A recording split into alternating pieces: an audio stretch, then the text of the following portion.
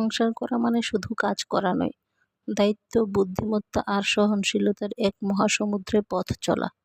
অনেকেই মনে করেন রান্না করা, কাপড় ধোয়া, ঘর পরিষ্কার করা এসবই করে সংসার করা, অথচ বাস্তবতা ভিন্ন।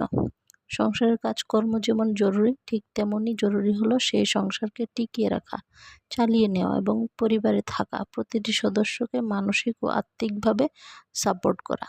সংসার করা মানে হলো বুদ্ধিমত্তার সাথে প্রতিকূলতা সামলে নিজের অবস্থান অটুট রেখে অন্যকে ভালো রাখতে শেখা।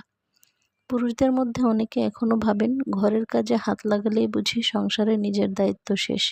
কিন্তু একসঙ্গে বসে পরিকল্পনা করা, স্ত্রীর সিদ্ধান্তকে সম্মান করা, সন্তানদের ভবিষ্যৎ গঠনে পার্টনারশিপ গড়ে তোলা, এইসবই সংসার নামক প্রতিষ্ঠানকে সাফল্যের দিকে নিয়ে যায়।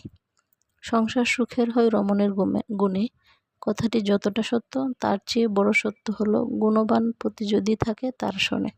সংসার মানেই দুইজন মানুষের সম্মিলিত যাত্রা, যেখানে এক পক্ষের গুণই যথেষ্ট নয়, বরং দুইজনের পারস্পরিক সম্মান, সহমর্মিতা ও সমর্থনই সংসারকে সফল করে তোলে। সংসার করা শেখা মানে শুধু ঘরের কাজ শেখা নয়।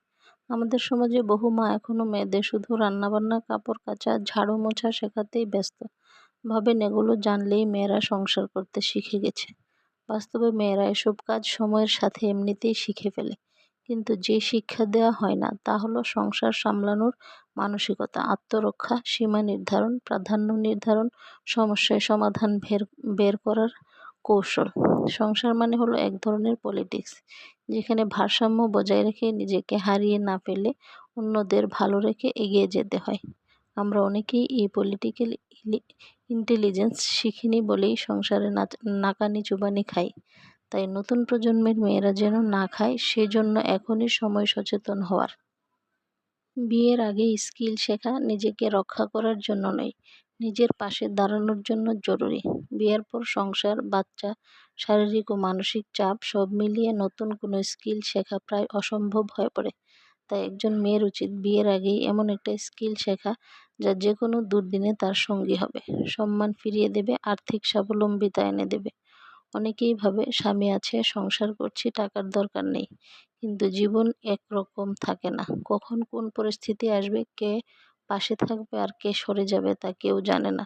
কিন্তু আপনার শেখা স্কিল কখনো আপনাকে ছেড়ে যাবে না।